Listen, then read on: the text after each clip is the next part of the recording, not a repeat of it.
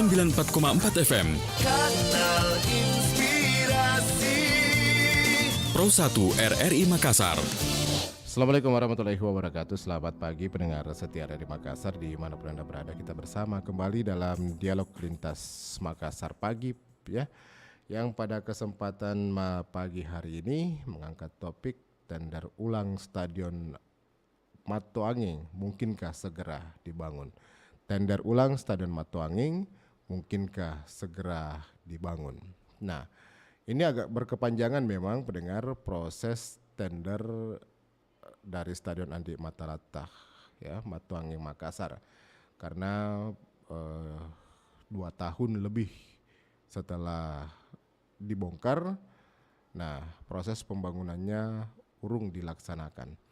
Nah, pada saat itu proses pembongkaran ya dilakukan langsung oleh Gubernur kala itu Bapak Profesor Dr. Nurdin Abdullah. Namun kemudian setelah tersangkut paut dengan sebuah kasus dan akhirnya pun Nurdin Abdullah, Bapak Prof. Nurdin Abdullah ditetapkan sebagai tersangka, terdakwa dan terpidana dalam sebuah kasus korupsi.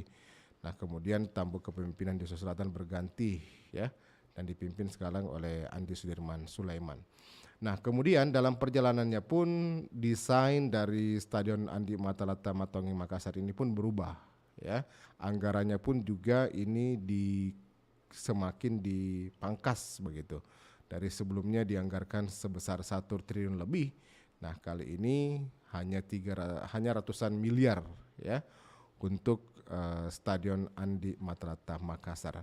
Nah, namun yang menarik di sini pendengar Pro 1 bahwa pada 2 kali pelaksanaan proses tender di Stadion Andi Matalata ini 2 kali pun gagal begitu ya. Nah, hal ini dikarenakan bahwa perusahaan yang ikut dalam proses tender ini umumnya atau tidak ada yang memenuhi kualifikasi ya, sehingga akhirnya dinyatakan gagal walaupun sebetulnya ini sudah dianggarkan dalam anggaran tahun 2022 ini. Nah, kemudian ya, pada rencana nanti ini ke depan juga akan ditender ulang untuk ketiga kalinya ya. Nah, besar harapan bahwa pada saat tender ini perusahaan yang akan ikut dalam lelang proyek ya bisa memenuhi standar yang disyaratkan. Nah, tentunya ketika ini sudah dilakukan proses tender, nah mudah-mudahan saja bisa segera untuk direalisasikan proses pembangunan. Nah, yang paling berteriak sebenarnya pendengar Pro 1 dalam pelaksanaan ataupun juga pembangunan Stadion Andi Matalata ini adalah supporter ya. Supporter PSM Makassar ini sangat mengharapkan bahwa pemerintah Provinsi Sulawesi Selatan segera menyelesaikan proses pembangunan Stadion Andi Matalata Matoanging Makassar ini yang terbengkalai selama 2 tahun lebih ya. Dan sedalam kurun waktu 2 tahun lebih ini, setelah proses pembongkaran ternyata ada pun korban yang melayang begitu. Sudah ada 3 nyawa yang hilang pendengar di kubangan Stadion Andi Matalata ini ya. Nah, karena pada saat pembongkaran ternyata ada galian di situ yang dalamnya sekitar 4 meter dan sudah ada 3 orang menjadi korban ya, korban jiwa akibat tenggelam. Ada berbagai modus, ada berbagai kasus begitu ya.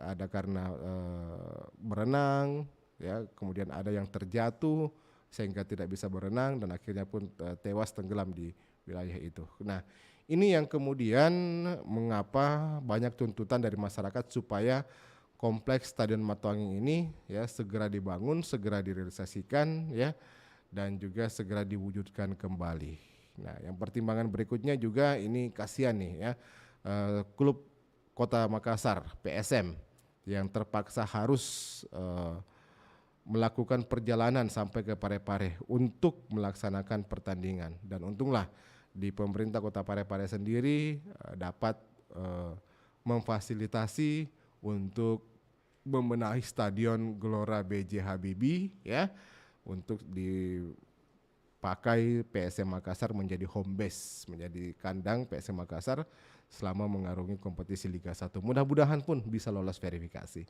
Nah, oke, kita kembali ke Stadion Andi Matalata Makassar ini pendengar ya. Besar harapan bahwa pelaksanaan atau pembangunan segera direalisasikan ya.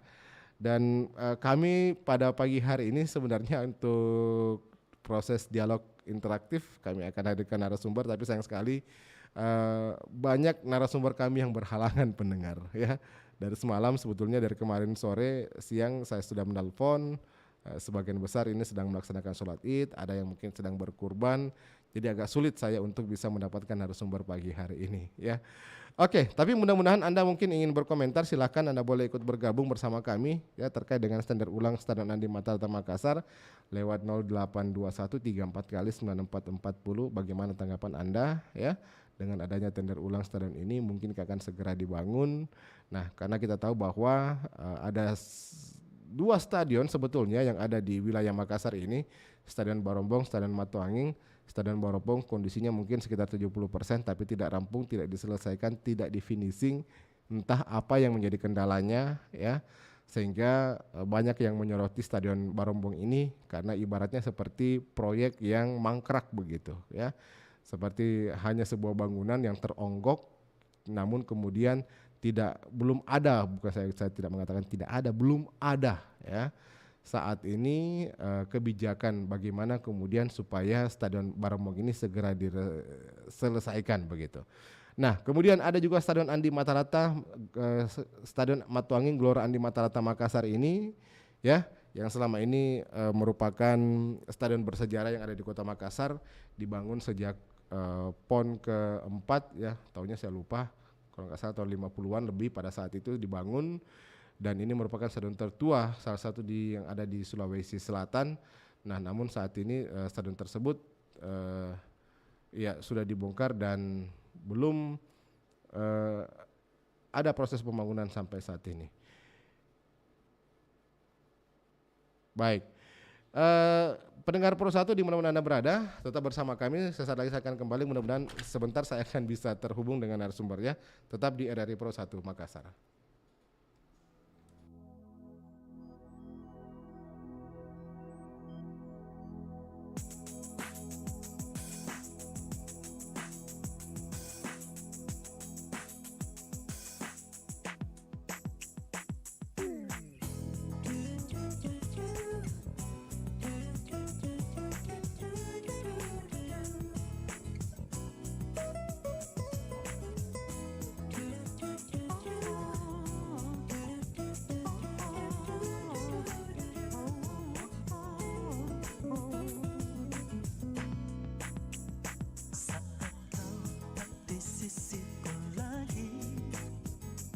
Hanya bengong duduk sendiri, menghayal kau bersandar di bahuku, dengan manja menatap diriku. Saat kau tak di sisiku lagi, bumi terasa lambat berputar, sehari terasa seperti setahun, menanti pagi berganti malam. Jika hidup untuk menanti hadirnya cinta sejati, jika tanpamu aku tak bersedih, mengapa berharap kau kembali? Jika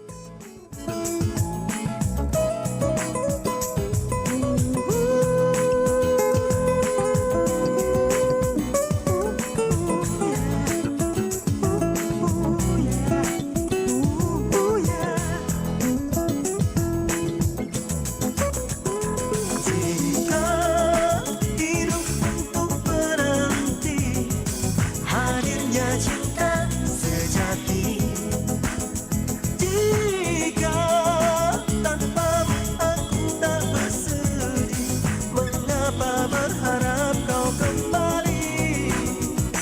Jika cinta mesti berkorban, mari kita bagi berdua. Hasrat ingin hidup bersama sampai akhir dunia. Saat kau di sisiku lagi, hati penuh penyesalan. Tiada lagi bisikan mesra pelipur hati dan lara. Sehari terasa seperti setahun, menanti pagi berganti malam.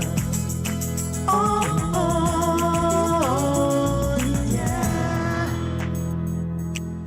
Kau bisa patahkan kakiku, tapi tidak mimpi-mimpiku.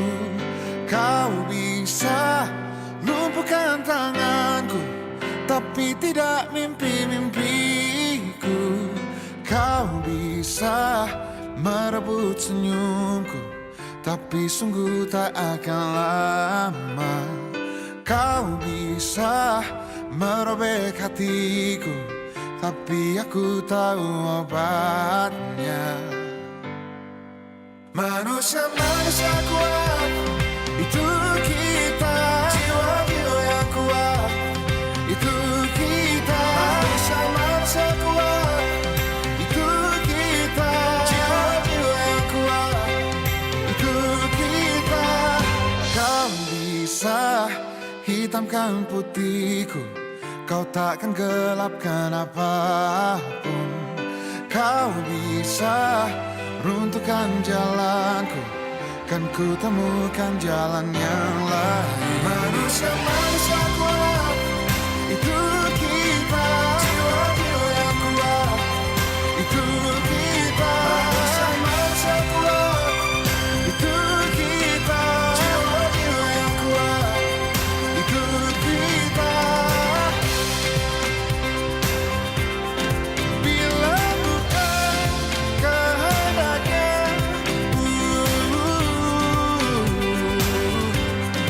tidak satu pun jelasmu akan bawa bahaya.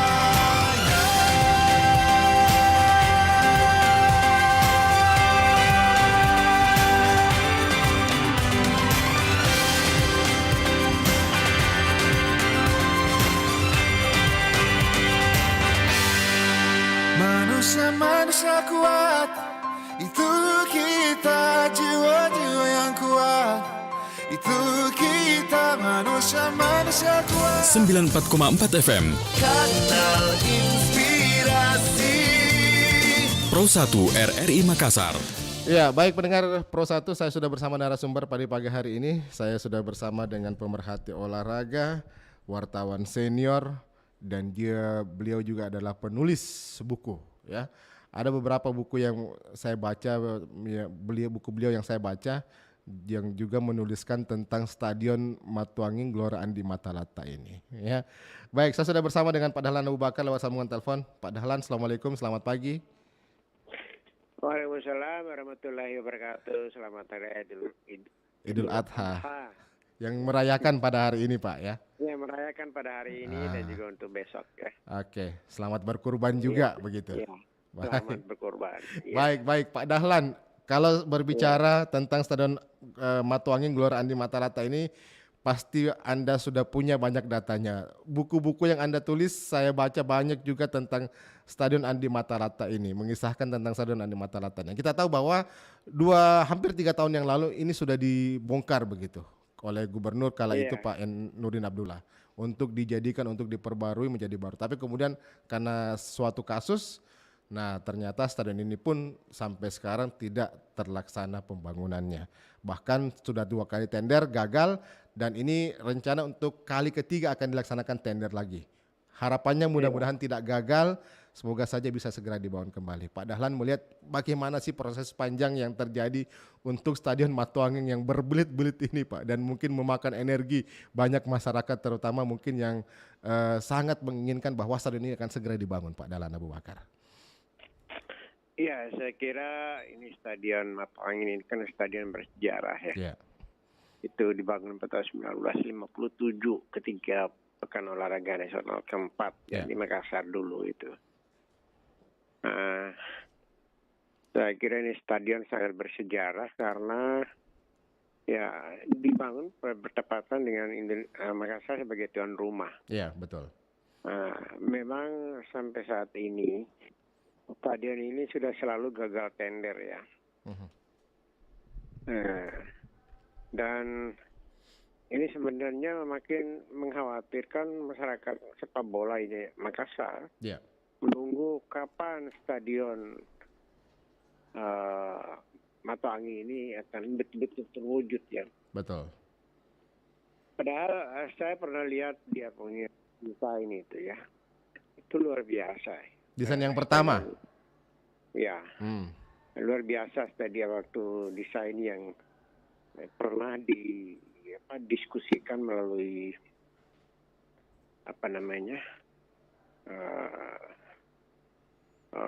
FGD ya. Betul. Fokus Club Discuss. Itu FGD-nya kalau nggak salah ada 3 kali kalau salah itu. Iya. Saya sempat mengikuti 2 kali yang terakhir. 2 kali terakhir. Dan saya memberikan masukan waktu itu adalah desain itu tidak punya sinter ban kan. Tidak ada track untuk Atletik. Jadi khusus Ya, memang saya- stadion sepak bola. Jadi hanya untuk sepak bola. Iya. Jadi saya katakan waktu itu bahwa memang kalau di Eropa itu biasa stadion itu tidak punya track ya. Saya pernah masuk di stadion San Siro Milan tahun 1996 ya. Iya. Dia memang tidak punya track ya. Karena memang khusus untuk sepak bola. Iya. Nah, tetapi di sana kan putaran kompetisinya terlalu sering ya. Iya. Sehingga penggunaan stadion itu juga tidak lama absen. Liga Seri A Liga Italia. itu Iya. luar biasa, kemudian macam-macam, ada pertandingan macam-macam. Iya. Kalau kita di Makassar misalnya, mengandalkan untuk Liga 1 saja, itu Liga 1 cuma berapa klub mengikuti, katakanlah 19 atau 20. 18. Itu berarti PSM, kalaupun nanti menjadi tuan rumah, menjadikan Stadion Matuangin itu menjadi kandangnya atau home base-nya, itu paling tidak akan 9 kali. menjamu lawannya itu kan 9 apa kali. ya? 9 kali. Ya sangat sedikit ya. Iya. Dan kemudian tidak mungkin dah liga-liga antarkam Tarkam itu masuk di Stadion Matuangin. Iya. Nah, sekarang ini orang masih bertanya ini Stadion Matuangin ini bagaimana nasibnya ini? Ya, terus terang. Bahkan saya baca tadi malam ya di media online,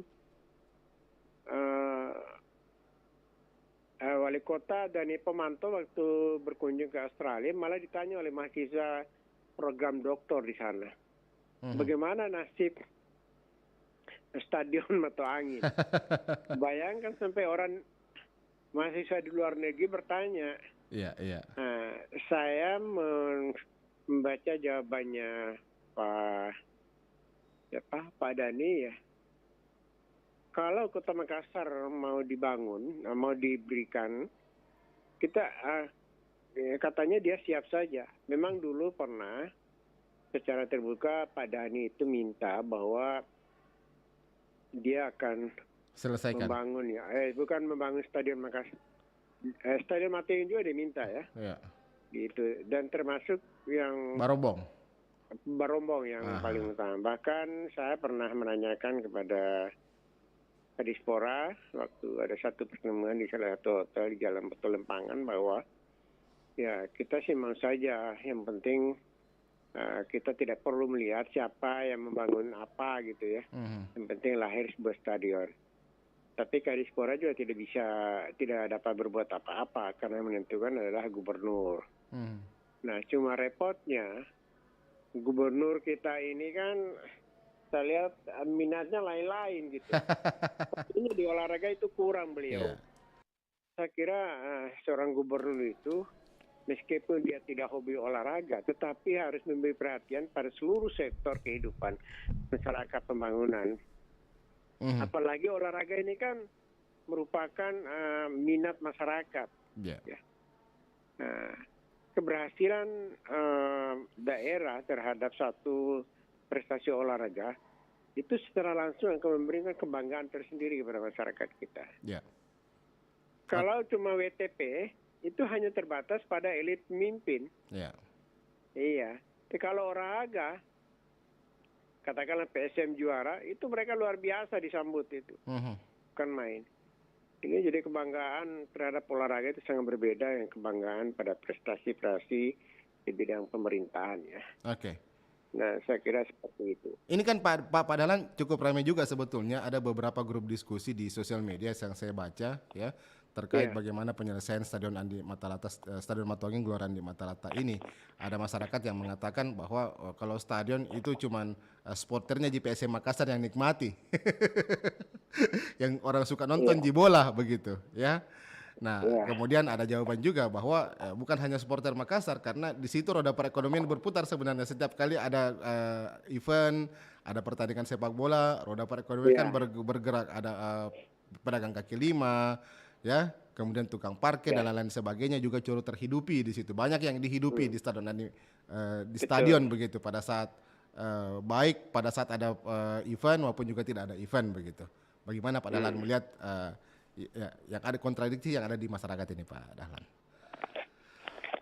Ya, jadi stadion itu memang apabila terjadi pertandingan sepak bola itu tidak akan menimbulkan simpul-simpul perekonomian ya. Iya betul. Di sini akan banyak penjual kaca, banyak penjual air, ada penjual es, parkir, ada yang menjual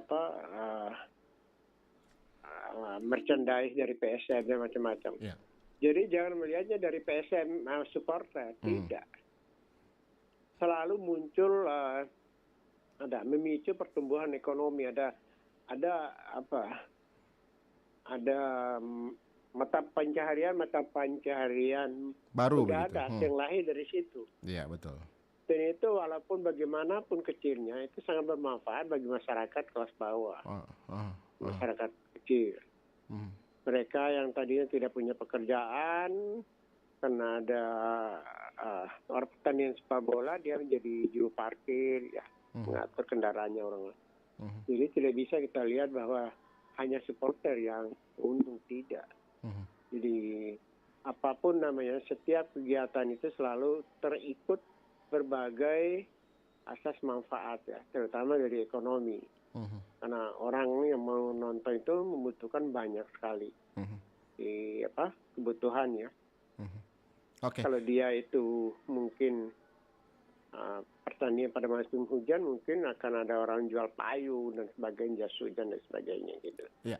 Kalau jadi ini yang harus diperhatikan bahwa semakin sering kita melaksanakan pertandingan, maka semakin terbuka banyak peluang untuk terjadinya kegiatan ekonomi di satu tempat itu, di stadion misalnya. Baik. Seperti itu. Pak Dahlan, kita kembali lagi pada proses pembangunan. Kan pada saat desain yang pertama ya, di era Pak Nurdin Abdullah, stadion tersebut dirancang tidak ada lintasan atletik. Tapi kemudian dengan anggaran pun yang cukup fantastis itu, sampai dengan triliunan rupiah.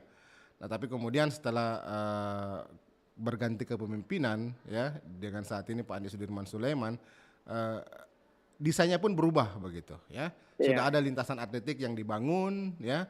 Kemudian pun anggarannya pun juga ini sedikit dipangkas. Kalau dulu itu mungkin mencapai 1,8 triliun kalau nggak salah, ini sekarang hanya berkisar antara 400-300an triliun begitu.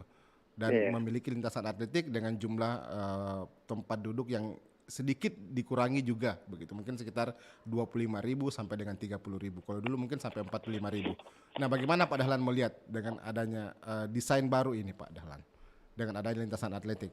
Nah, kalau mungkin bandingkan dengan sejarah penggunaan Stadion Andi Matalata yang bukan hanya digunakan untuk sepak bola saja, tetapi ada beberapa cabang olahraga yang ada di dalamnya juga ikut latihan begitu. Ya. Jadi desain pertamanya Stadion Mata Angin itu kan 41.000 ya. Iya, 41.000. Cukup besar. Iya. Nah, akibatnya adalah karena berharap menampung kapasitas yang begitu besar, sehingga bangunannya itu maju. Akibatnya mengambil bagian untuk Sintelban. Iya. Ya. Padahal sebenarnya tidak perlu. Kita dapat membuat bangunan itu menjadi lebih tinggi ya. Ada beberapa tingkat gitu, track ya untuk tempat duduk penonton itu, dan itu kan melingkar. Dan itu saya kira kalau melingkar secara utuh, katakanlah seperti Stadion Gelora Bung Karno, itu daya tampungnya luar biasa. Yeah. Kalau Gelora Bung Karno kalau nggak salah daya tampung sampai 80.000 kan. 85.000. Tunggu besar. Yeah. Nah, memang Stadion Mata Angin ini kalau nggak salah itu dirancang anggaran awalnya itu 1,3 triliun ya. 1,3. Kalau nggak salah. Iya, betul. Itu awalnya itu. Dengan segala kemegahannya yang luar biasa. Nah, sekarang tidak jelas ya. Untuk yang tahap pertama yang tender yang sudah 2 kali gagal itu kan menyediakan anggaran 70 miliar. Iya. Saya kira memang akan banyak orang berpikir atau paling tidak kontraktor berpikir untuk membangun stadion dengan anggaran 70 miliar itu adalah mungkin agak susah itu. Untuk tahap pertama mungkin. Stadion Barumbong saja dengan kondisinya sekarang itu sudah 350 miliar lebih habis loh. Betul. Apalagi dengan kondisi sekarang. Ya. Di mana semua harga mungkin sudah bergerak naik begitu cepat. Ya, saya bandingkan dengan fasilitas yang dibangun di Papua waktu PON 21 itu. Iya.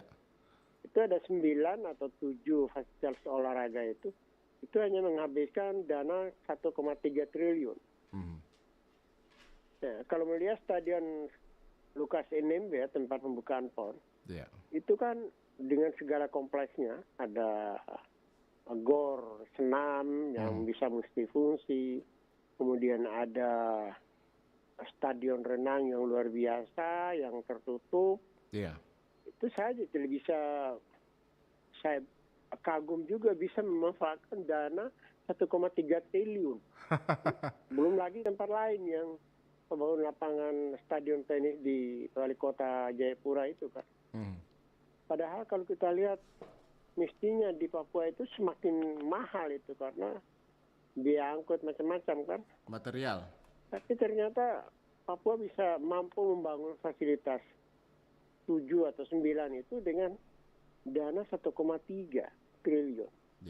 Nah, kita di Makassar ini waktu pertama dirancang Mata Angin ini 1,3 triliun untuk sebuah stadion. Ya. Jadi ya mungkin ya perbedaan dari waktu ke waktu berbeda tentu saja.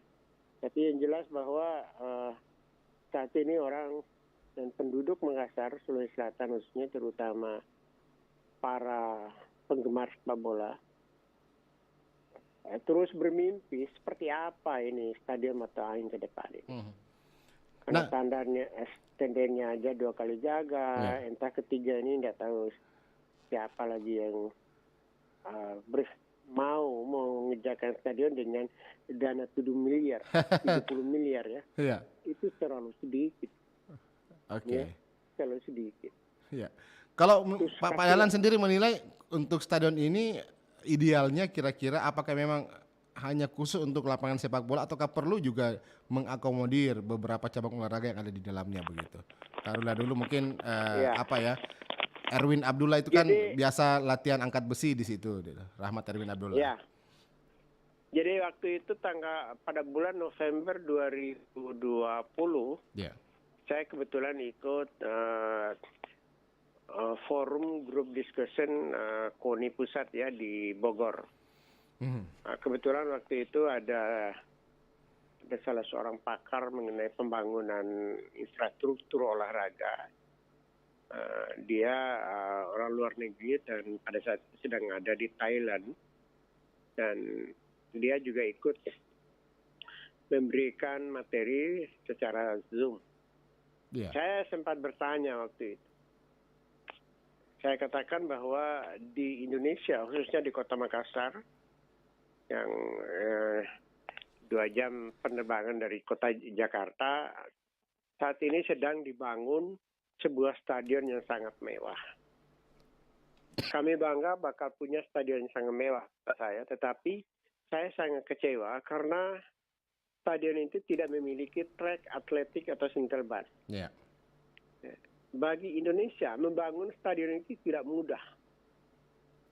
Dan ketika stadion dibangun tanpa single ban, itu adalah sesuatu yang mubazir. Itu hanya memberikan kesempatan hanya sepak bola saja yang dapat menggunakan stadion itu. Ya. Padahal trek atau single ban dari suatu stadion itu memungkinkan kita dapat melaksanakan pertandingan atletik Ya. dengan segala nomornya.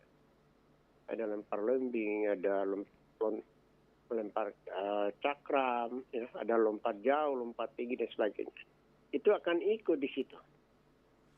Tetapi dengan adanya stadion yang tanpa single ban ini, ya, apa boleh buat, kita hanya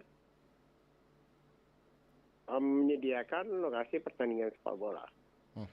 Bagaimana ini sebenarnya? Jadi si pakar dari luar negeri itu mengatakan, ya kalau di Eropa sih biasa saja stadion tanpa single ban. Tetapi ini di Eropa banyak stadionnya. Ya. Dan di Eropa banyak ada stadion khusus untuk kegiatan-kegiatan Atletik. multi-event. Ya. Ya.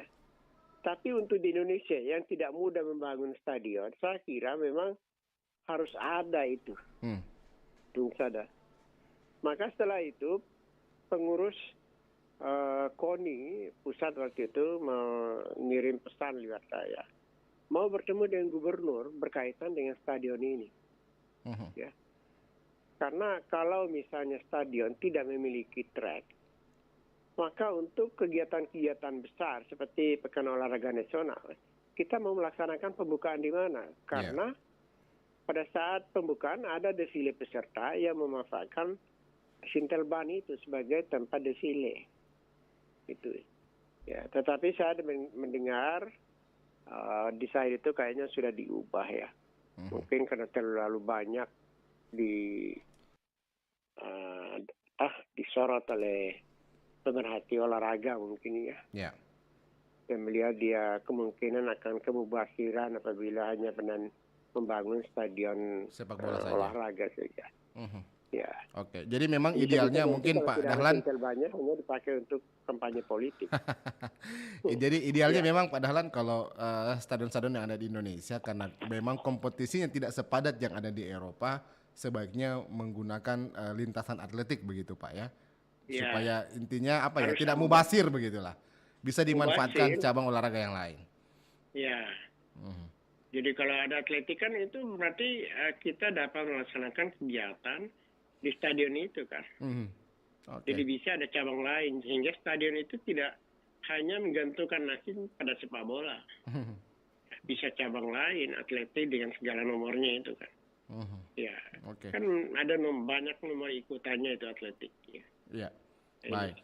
Nah, Pak Dahlan, kondisi sekarang melihat ini kan rencana akan dilakukan lagi proses tender yang ketiga, lelang yang ketiga kali.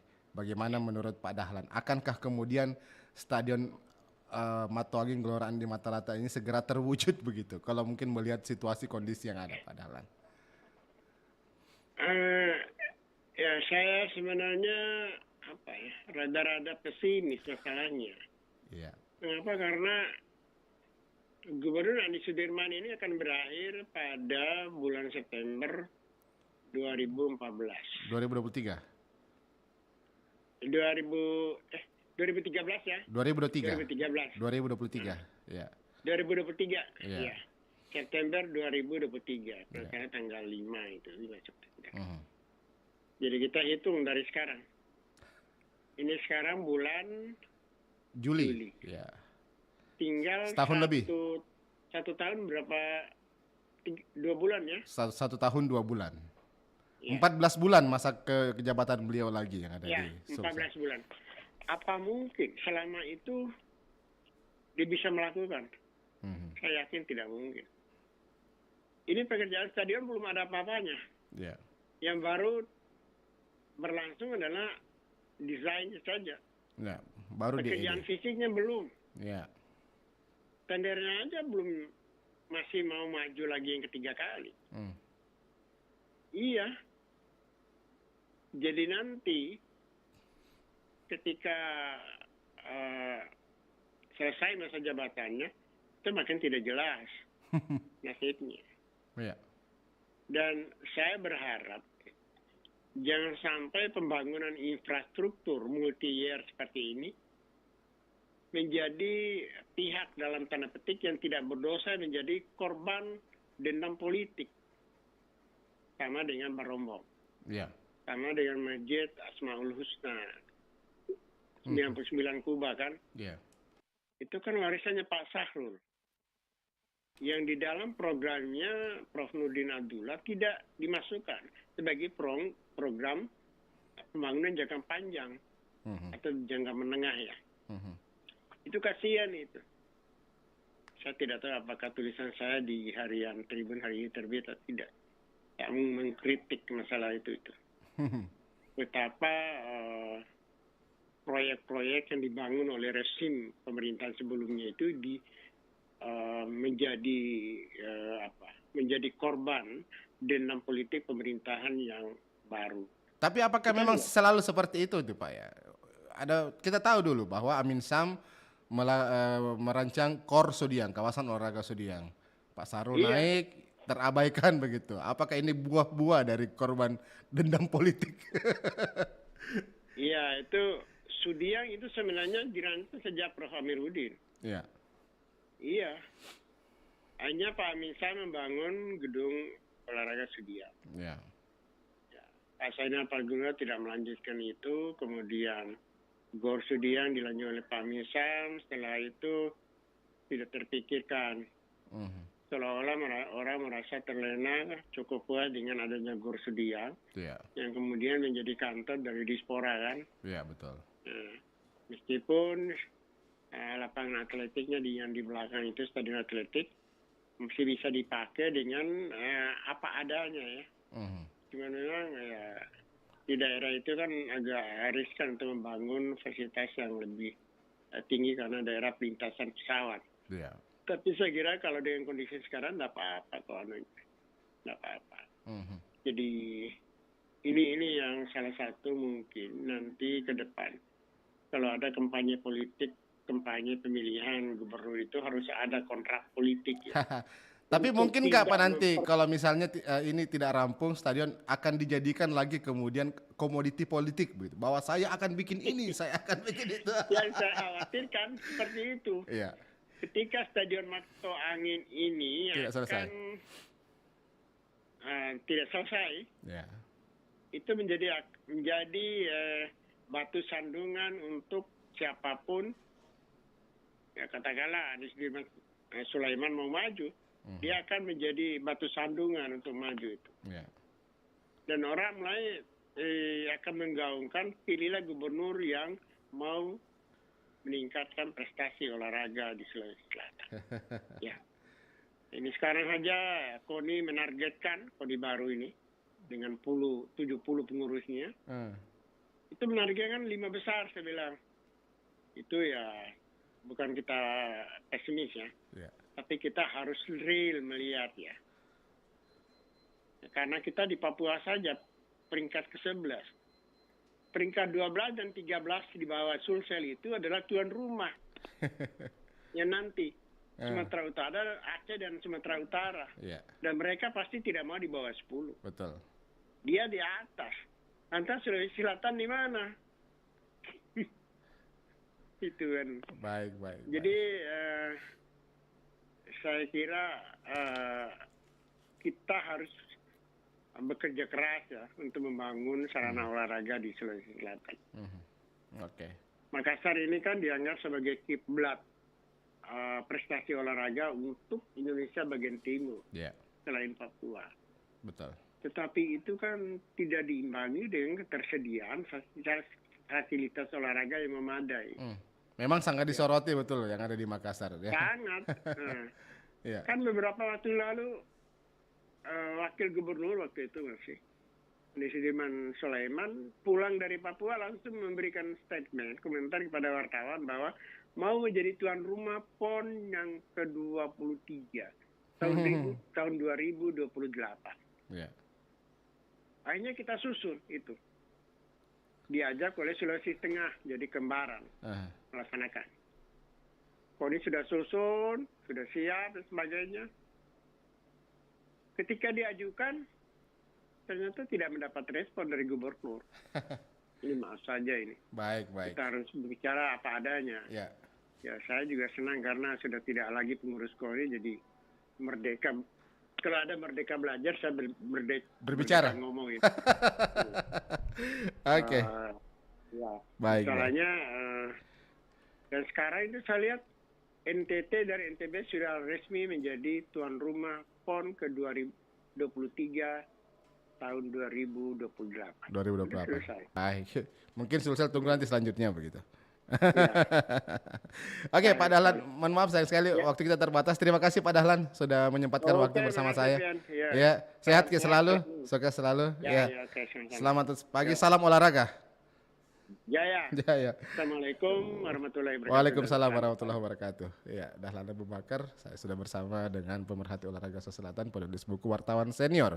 Ya, banyak buku yang ditulis menceritakan tentang Stadion Andi Matalata Makassar ini, sejarahnya dan bagaimana gegap gempita pelaksanaan PON keempat tahun 57 dan bagaimana kemudian stadion ini menjadi saksi ya perjuangan PSM Makassar, bagaimana Stadion Matuanging Andi Matalata ini juga menjadi saksi bagaimana atlet-atlet Sulawesi Selatan juga menjadikan tempat ini sebagai tempat untuk latihan.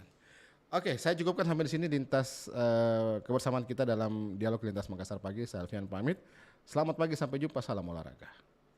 94,4 FM. Kanal Inspirasi. Pro 1 RRI Makassar.